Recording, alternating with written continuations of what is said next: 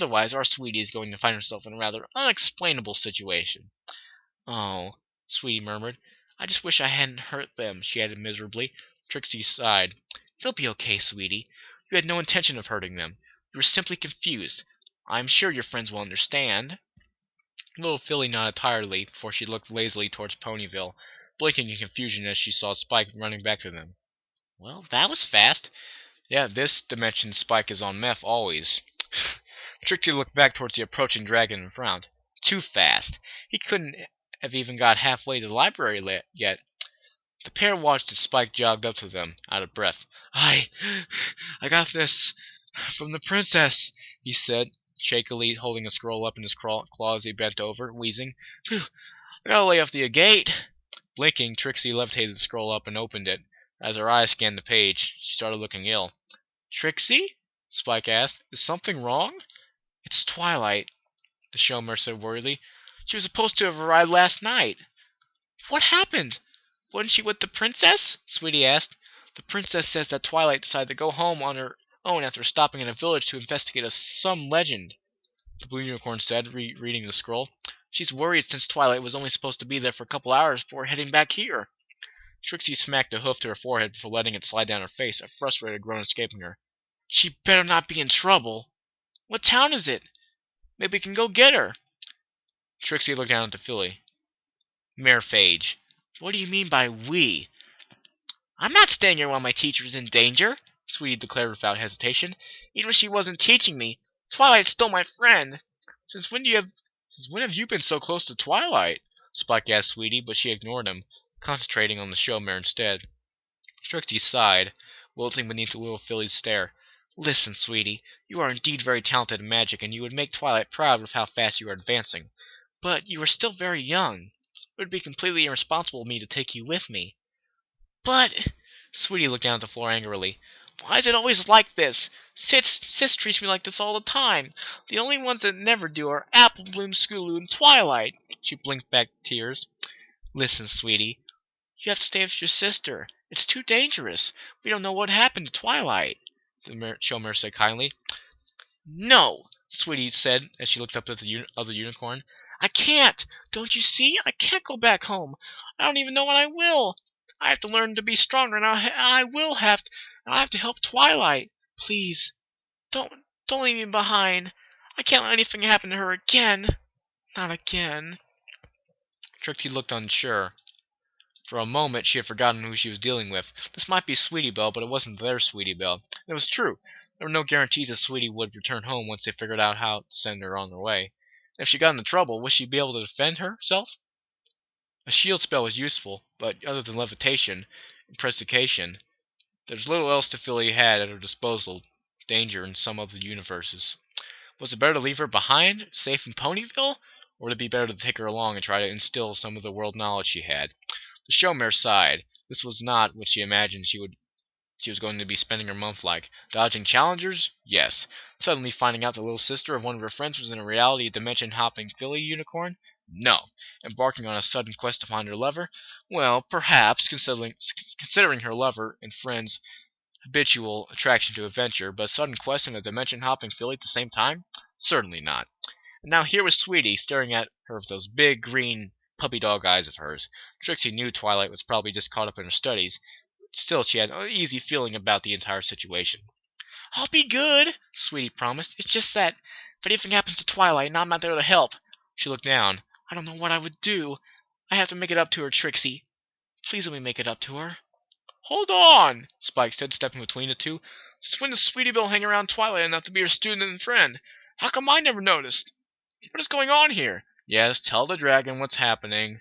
The apocalypse is coming. Sweetie started to reply, but was interrupted by Trixie. We will tell you and the others when we return, the showmare promised. We? The filly asked, looking up at all the unicorn in surprise. Are you saying... Yes, Trixie nodded. I will take you with me. You're not prepared enough for your situation. Be grateful that Trixie managed to teach you the value of study and diligence. It will probably save your life in the future. The blue-coated mare turned to look at the baby dragon. Spike, please trust me. I will go find Twilight. We should be back soon. Let's talk to Rarity first, though. That won't be necessary. a voice said, startling them and making them turn around. Rarity stepped nervously into view. I arrived here a few moments ago. I heard you talking. Rarity walked towards them before stopping a few feet from her sister. Sweetie, I know yesterday wasn't exactly a perfect day, but I want you to know that I love you, and I am ashamed of having doubted you. I don't know how you know what you do. I don't understand how Twilight had the time to even teach you while you played. There's quite a lot I don't understand about all this. She sighed. How long were you listening, sis? Only since Spike arrived. I'd just been in the library to check on you, but you weren't there. I saw him running this way, so I followed him. Oh, sweetie, you're my sister and I trust you, even when everything I thought I knew told me otherwise. I saw you fall asleep studying last night. I saw you use magic and I heard you when you answered Trixie's questions. I know that there is something going on here. Something you know that I do not. But must you go with Trixie? Sis, Sweetie hugged Rarity tightly. I'll explain everything to you and Applewoman, Scootaloo, and Spike, but it has to wait. It's a long story and Twilight needs us. Please let me do this, sis. I have to do it. For Twilight, she begged, eyes pained. Rarity's eyes met Trixie's. You will take care of her? You'll make sure she's not in danger? She asked, staring at the showmare. I promise, the showmare replied before shrinking back suddenly. Despite knowing that she was more powerful than the white unicorn, Trixie still found herself intimidated by the sudden glare from Rarity. Trixie, if something does happen to my Sweetie Belle, I will kill you. Oh, God. Gulping, the showmare nodded. I will protect her with my life. Good. Good. The fashionistas' glare faded as she turned to nuzzle Sweetie Belle. Take care of yourself, Sweetie Belle. I will, the filly said, sniffing as she pulled away from her older sister to go stand next to Trixie. Let's go, sweetie, the showmare said, turning around. The sooner we find Twilight, the sooner we'll be back. Spike went to stand next to Rarity as the pair watched the blue unicorn and the filly walk away. They stood on the hill until they had lost sight of the travelers, and then Rarity looked down at Spike. Come now, Spike. I need to take my mind off things. I could use some company while I find my new gems. Spike nodded happily and walked beside the unicorn. Are you going to be making a new dress, Rarity? No, she said with a smile. I just have an idea. The journey began quietly. Both unicorns were deep in thought as they walked along the road to Mirage. Finally, Sweetie spoke up. Thank you for bringing me with you, Trixie. The showmare shook her head when she heard the filly. It's okay, Sweetie. She looked towards the younger unicorn. You really do feel guilty about what happened in Twilight, don't you? The little unicorn nodded miserably. It was my fault. If I hadn't messed up on her experiment, none of this would have happened. And now that's chapter part 2. It's going to be 3 parts, like I said, so I'll be reading that now. Trixie was silent for a moment, thinking on how best to express her thoughts. I think our worlds are similar enough that the incident with the Ursa Minor happened in your Ponyville too. Am I right? Sweetie Belle nodded. I didn't really know about it until after you. I mean, my Trixie threw the werewolves at me. Twilight told me about it afterwards. Trixie nodded. Well, although I wasn't the one that brought up the Ursa Minor to Ponyville, I was still indirectly responsible for getting it there.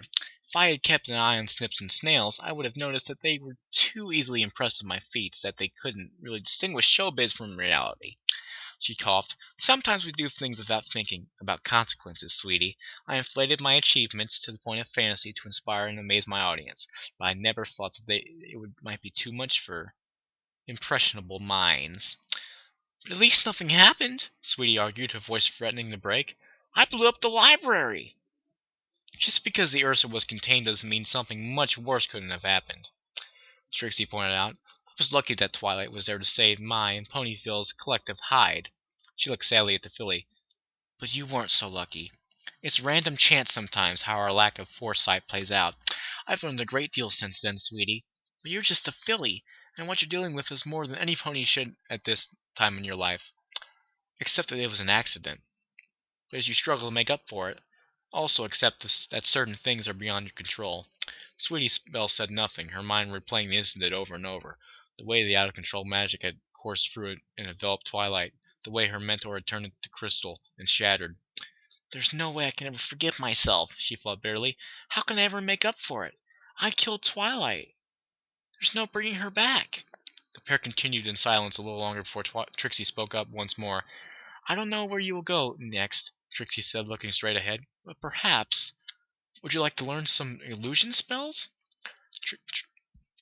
Sweetie looked at the mare in surprise. Will you teach me? Well, why not? I was helping train you with the shield spell already, Trixie said. Besides, I can't let my lover's apprentice go into the unknown without sharing my amazing magical repertoire. Sweetie smiled, pushing thoughts of her original world to the back of her mind. You'll have to deal with it sooner or later, a tiny voice in her mind said, when she told it to shut up. She didn't want to think about it. Okay, we can practice a bit on the way, the showmare said. This is a little like the prestidigitation spell, but it's more advanced, so don't be worried if you cannot do it yet, okay? Just keep practicing whenever you have the chance. How much longer is this? The town of Mirage was slightly bigger than Ponyville, but not by much. It had a small library, a couple of restaurants, and other amenities just like their own. However, unlike Ponyville, Mirage was surrounded by a tall wall made out of thick, sharpened logs plunged into the earth. The outside fields were even protected by a lower wall, but strangely there were no barns or dwellings of any sort outside of the town itself. Look at this, Trixie said, stopping a moment to admire the plants. I've never seen such corn stalks this size. Look at those pumpkins and those tomatoes. No wonder Canterlot has been buying almost exclusively from Mirage these last couple of years.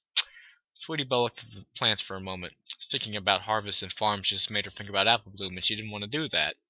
Taking her silence in stride, Trixie guided her charge along the main road towards the house.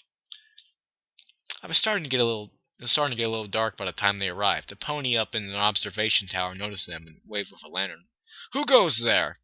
The great and powerful Trixie, and her assistant and apprentice, Sweetie Belle, the showmare announced with practiced flourish.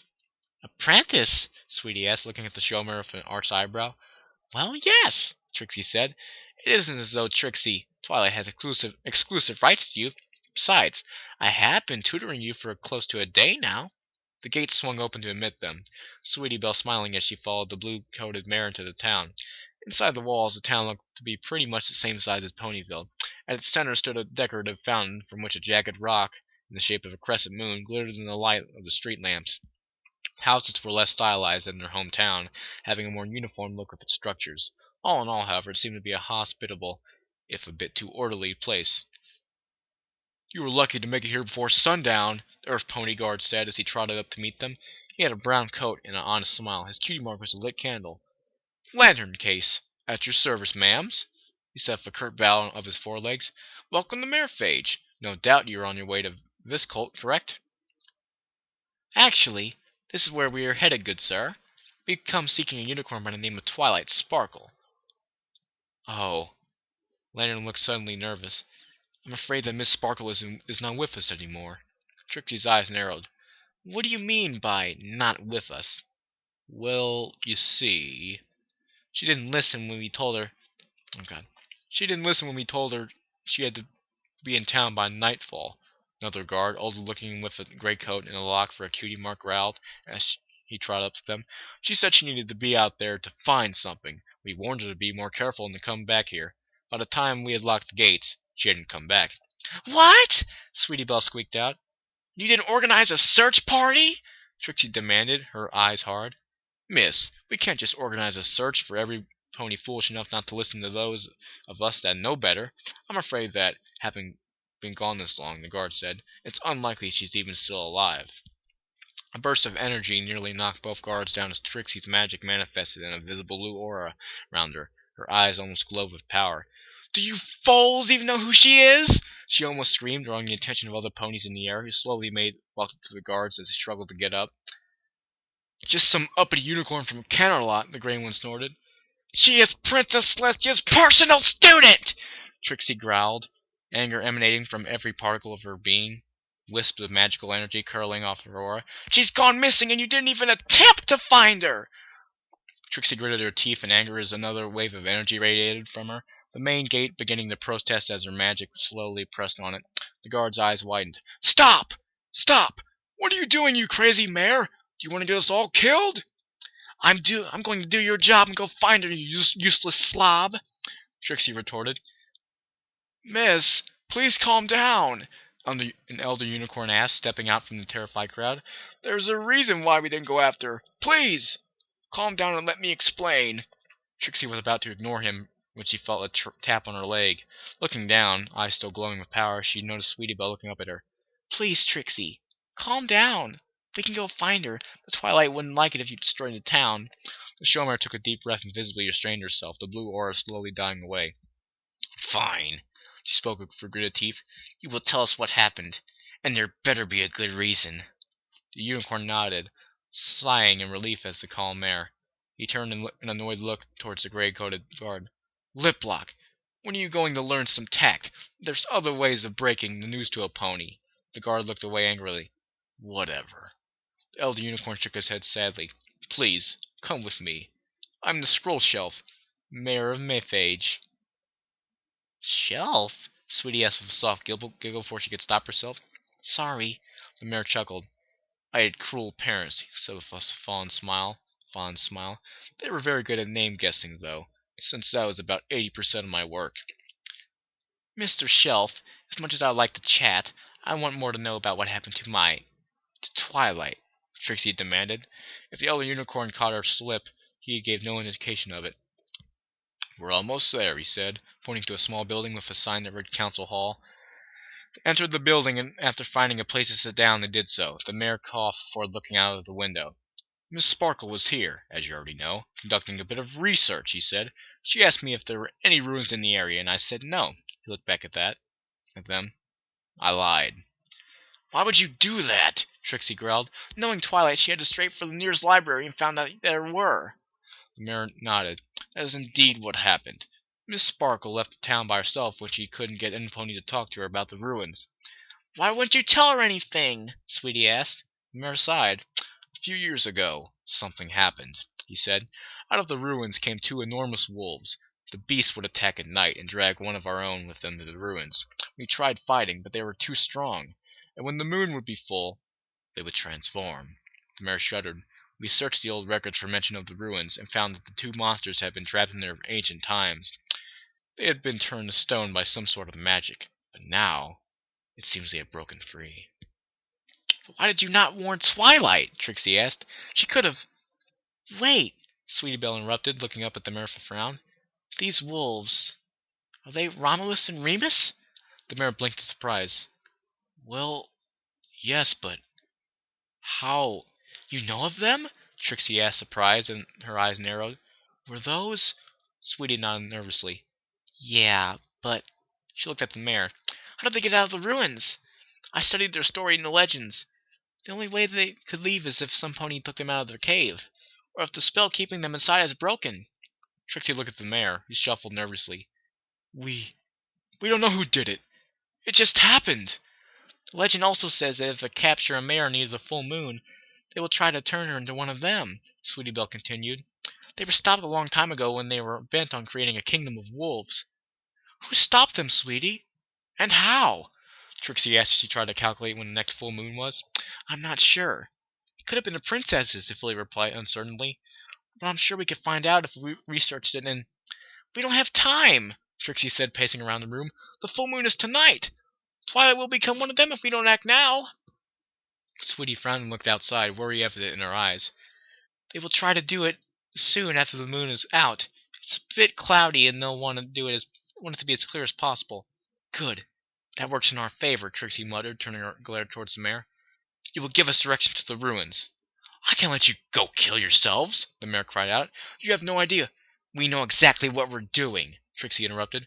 I'll have you know that the princess already knows that Twilight was last seen here, and we both came looking for her on the princess's behalf. If you do not help us, I will personally make sure that she finds out. The old stallion cringed. Fine, but be warned that if you go, you will almost certainly die. We'll see about that, the showman replied. Ooh, it's getting good. So, Sweetie, Trixie replied. Trixie began, as the trees rose above them, hiding the stars from view. What do you know about these werewolves? How did you stop them last time? Sweetie Belle looked around at the darkened woods nervously. Well, they're immortal. The story says that one cannot die while the other lives. The showman frowned. That doesn't make much sense. Sounds like some sort of a riddle.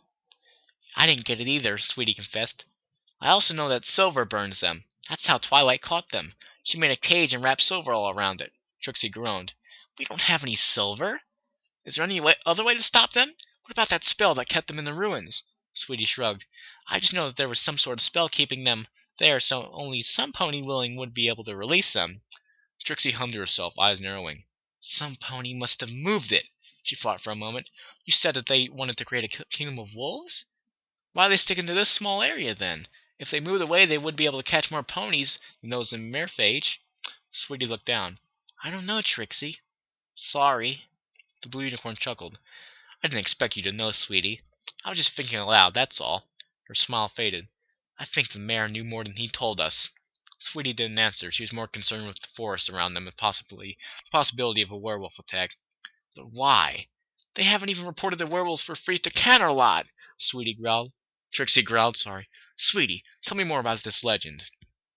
Well, the book Twilight gave me said that Romulus and Remus were two brother wolves that wanted to make their kingdom. But because they were the only ones left, they couldn't have any subjects. So they each went their own way to find a way to create more wolves. Sweetie paused, trying to remember more of the story. They eventually found a magic item to help them with that. It had something to do with, fertility? Fertility, Trixie corrected. Yeah, fertility, the filly repeated. They were somehow tied forever to the item, but the problem was that it would only give them powers to one of them. I can see where that would be a problem, the showmare quipped, so they fought over it until Romulus almost killed his brother. But didn't you say that they were immortal? Trixie asked. Hey, I didn't write the story. Some silly pony did that like 1,000 years ago. Sorry, sweetie. Please, continue. Well, the book didn't say how, but a group of heroes sealed them in the ruins with the magic item, and they were supposed to be stay there forever. Trixie nodded, deep in thought. The pair walked in silence until the forest started to clear around them. Soon they were standing outside a circle of stones, with a path at one end of the circle going deep underground. I guess this is it, Trixie sighed. Do we know what we'll do? Sweetie asked. The showmare grimaced. I should have asked you about those wolves earlier. Had we been in town, I think I could have done something. Sweetie looked at the path nervously. Trixie, what if... Don't think about it, the showmare whispered. We have to get her out. Now, come on. The great and powerful Trixie has a plan. The two unicorns slowly made their way into the ruins. At first, the underground passage was little but rocks around them, but the tunnel eventually emerged into a large cavern where they stopped and stared in awe at the remnants of an ancient city. From time to time, a small tremor would shake the cavern, and bits of rock and dirt would rain from the ceiling. Looks like this place is about ready to collapse, Trixie muttered. Wait! Sweetie hissed. I think I heard something. It took a moment, but eventually they heard a faint voice in the distance. Looking at each other, they slowly began to move. You don't have to do this. I'm sure there's plenty of other ways for you to, procreate than turning me into a werewolf. That's Twilight, Sweetie whispered excitedly. Trixie smiled and nodded, raising a hoof to indicate to the filly that she needed to be quiet. The pair snuck into a half-collapsed house and carefully peeked through the cracks in the wall. Twilight stood inside a small cage, fearfully pleading with her captors as they stood before a massive ancient column that reached all the way to the apex of the cave and seemed to be the only thing keeping it up. Next to a familiar-looking stone structure stood amongst the remains of buildings and several rocks that had landed on it. It was a bit of a jagged rock that almost looked like a crescent moon. That's what Sweetie had thought when she had seen in Mirage. Now it reminded her more of a wickedly curved thing, albeit a bit duller looking than its counterpart. Why isn't she using her magic? Sweetie whispered. Trixie looked down at her and shook her head, pointing towards her horn. What about her horn? Sweetie wondered, looking at the showmare blankly. It was obvious the filly wasn't getting it. Trixie rolled her eyes and pointed at her own horn, then shook her head. Not her horn? Then the showmare pointed to Twilight, then at her own horn. Twilight's horn? Sweetie looked back at her mentor and noticed a small object around their horn. Some sort of metal clasp wrapped around the purple unicorn's horn. Oh! That must stop her magic! Seeing the light of comprehension dawn on the filly's face, Trixie sighed. Finally! She turned to look back at the wolves. Well, she is young. Ready, little mare, one of the wolves, slightly bigger than the other, grinned wickedly as he reached a paw past the bars, gently tracing a claw down the side of Twilight's face. You're cute right now. I think you'll make an even lovelier wolf. Thank you, but I'd rather not. No offense, but I have friends and a very special pony waiting for me back home. Maybe there's some way I can help you. Maybe a... Don't you ever get tired of begging? The other wolf barked, annoyed. You're going to be a wolf, not a dog. I'm just offering a more mutually agreeable solution to... No! The bigger wolf growled with finality. I don't care who you are with right now, and neither